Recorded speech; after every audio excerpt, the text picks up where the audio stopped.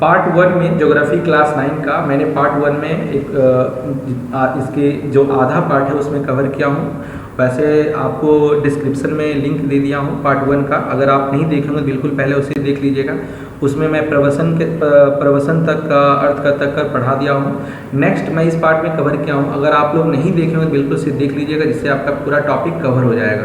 इसमें subjective objective सारी चीज़ cover कर लिए गए हैं और आप लोग इसको देखकर बिल्कुल अच्छी तरीके से याद रखिएगा, अपनी नोटबुक पर जरूर लिखिएगा। चलते हैं नेक्स्ट प्रश्न। तो भारत के प्रमुख महानगर कौन कौन से हैं? तो देखिए महानगर मतलब हो गया कि जो सबसे ज़्यादा जनसंख्या वाला नगर होता है उसको महानगर कहते हैं। जैसे दिल्ली, आगरा, हैदराबाद, कानपुर, मैसूर, कोलकाता, मुंबई, ये सब जो है महानगर में आता है। लिंगानुपात किसे कहते हैं? तो पुरुष और स्त्री के अनुपात को, पुरुष और स्त्री के अनुपात को हम लिंगानुपात कहते हैं। मतलब पुरुष और स्त्री का जो भी अनुपात है उसको लिंगानुपात कहते हैं। देखिए साक्षर किसे कहते हैं? तो मैंने पहले भी बताया है कि साक्षर 7 वर्ष या उससे अधिक आयु का व्यक्ति जो किसी भी भाषा को समझने के साथ पढ़ और लिख सकता है उसे साक्षर। देखिए 7 वर्ष कोई भी उम्र का बच्चा कोई भी हो, लेकिन वह क्या हो तो किसी भाषा को पढ़ लिख ले, ठीक है, या पढ़ लिख ले, वही साक्षर हो गया। बिल्कुल आप लोग भी पढ़े लिखे हैं जो कि आप लोग इसको पढ़ रहे हैं, है ना। नेक्स्ट है राष्ट्रीय जनसंख्या नीति क्या है? बोले तो नेशनल पॉपुलेशन पॉलिसी, ये क्या है? तो देखिए राष्ट्रीय जनसंख्या नीति एक नीति है जिसके तहत 2045 तक भारत की जनसंख्या को स्थिर करना है, ये सरकार ने ठाना है इस नीति के तहत, ठीक है। तो नेक्स्ट है जनसंख्या वृद्धि से कौन सी सामाजिक और राजनीतिक समस्याएं उत्पन्न होती है? देखिए जनसंख्या वृद्धि होता है तो क्या क्या समस्या उत्पन्न होता है? सामान्य जीवन स्तर का गिरावट, जो सामान्य जीवन स्तर होता है उसका गिरावट होता है जनसंख्या वृद्धि से। बेकारी, शिक्षा प्रसार का में कठिनाई, आवास की कठिनाई, है ना, और भी क्या है प्राकृतिक प्रकोप, है ना, ये सब सारी चीज, क्योंकि लोग बढ़ेंगे तो कहीं ना कहीं नेचर भी क्या होता है पॉल्यूटेड होगा, है ना। राजनीतिक अस्थिरता आना, ये सब सारे जो है ना समस्या आने लगता है। भारत के किस केंद्र शासित प्रदेश में सबसे कम लिंगानुपात कौन सा केंद्र शासित प्रदेश है? जो 8 केंद्र शासित प्रदेश में कौन सा केंद्र शासित प्रदेश जो कि वहाँ का जनसंख्या कम मिलता है? तो लक्षद्वीप है, ठीक है, याद रखें। नेक्स्ट है भारत में किस केंद्र शासित प्रदेश में सबसे अधिक जनसंख्या मिलती है? तो देखिए सबसे अधिक जनसंख्या मिलता है वह दिल्ली में मिलता है, ये केंद्र शासित प्रदेश में मिलता है ना। और लक्षद्वीप यहाँ दिख रहा होगा, केंद्र शासित प्रदेश में सबसे अधिक अगर देखा जाए तो सबसे कम जनसंख्या यहीं पर मिलता है, ठीक है, केंद्र शासित में अगर देखा जाए। नेक्स्ट प्रश्न की ओर बढ़ते हैं। भारत में सर्वाधिक नगरीय जनसंख्या किस राज्य की? अगर नगरीय जनसंख्या देखा जाए तो यहाँ जो है ये जो दिख रहा है ये जगह यह है महाराष्ट्र, ठीक है। तो यहाँ नगरीय जनसंख्या बिल्कुल अधिक है। नेक्स्ट है कि भारत में नर नारी का साक्षरता कितनी प्रतिशत? देखिए नर नारी का अगर साक्षरता देखा जाए तो 74.4, जो कि बुक के अनुसार 80 पॉइंट समथिंग लिखा हुआ है, लेकिन अगर हम इसको गूगल पर एट प्रेजेंट का देखते हैं तो भारत में नर नारी का मतलब नर पढ़ा लिखा मिलता है कितना? तो 74 100 में से, और नारी जो है वह 65.46 मिलता है। नेक्स्ट है भारत की जनसंख्या में बूढ़ों का प्रतिशत कितना? देखिए पहले समय में बूढ़ा का प्रतिशत अधिक हुआ करता था, लेकिन अभी है ना एट प्रेजेंट का देखा तो 5.4, इसका मतलब 100 में से 5 व्यक्ति ही बूढ़ा वृद्ध बच पाते हैं, ठीक है। नेक्स्ट है भारत में किस राज्य में सर्वाधिक ग्रामीण जनसंख्या निवास करते हैं? तो बिहार ही ऐसा राज्य है जो कि जनसंख्या में ग्रामीण मतलब गांव के लोग में सबसे अधिक निवास करते हैं। कहां पर? तो बिहार में।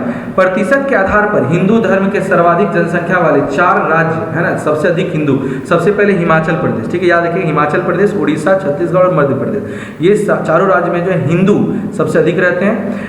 नेक्स्ट है भारत में सर्वाधिक बोली जाने वाली भाषा कौन सी है? सर्वाधिक बोली जाने वाली भाषा जो है वह है हिंदी, जो कि 100% में से अगर देखा जाए मतलब लगभग 52.83 करोड़ जो है वह हिंदी भाषा सर्वाधिक बोला जाता है, समझ लीजिए, है ना।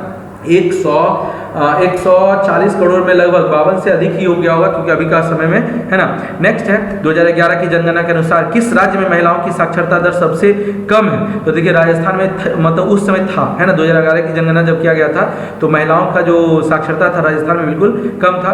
भारत में पहली बार जनगणना कब हुआ? तो देखिए 1872 में सबसे पहले जनगणना मतलब लोगों को गिनना, है ना, गिनना मतलब काउंट करना, उसी को जनगणना कहते हैं। नेक्स्ट प्रश्न है जनसंख्या के आधार पर भारत का दूसरा सबसे बड़ा राज्य कौन था? देखिए, अगर एक नंबर में देखा जाए तो यूपी है, ठीक है।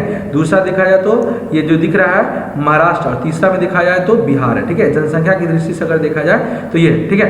तो यहाँ पर देखा जाए तो तीसरा नंबर में कौन हो जाएगा? तो महाराष्ट्र हो जाएगा। जनसंख्या की दृष्टि से बिहार कितने नंबर पर है? तो बिहार का नंबर जो है वो तीसरा नंबर पर है। क्षेत्रफल की दृष्टि से भारत का सबसे छोटा राज्य कौन सा है? तो भारत का सबसे छोटा राज्य कौन सा है? गोवा, है ना, याद रखिएगा। यह 3702 वर्ग किलोमीटर मात्र में फैला हुआ, इतना में सबसे छोटा राज्य जो है वह गोवा। आपको गोवा यहाँ पर दिख रहा होगा, है ना। गोवा जो है ये हो गया सबसे छोटा। तो भारत का जो है सबसे, महाराष्ट्र के नीचे, है ना, यहाँ पर दिख रहा है गोवा, ठीक है। तो गोवा जो है यह बिल्कुल क्षेत्रफल की दृष्टि से सबसे छोटा राज्य है।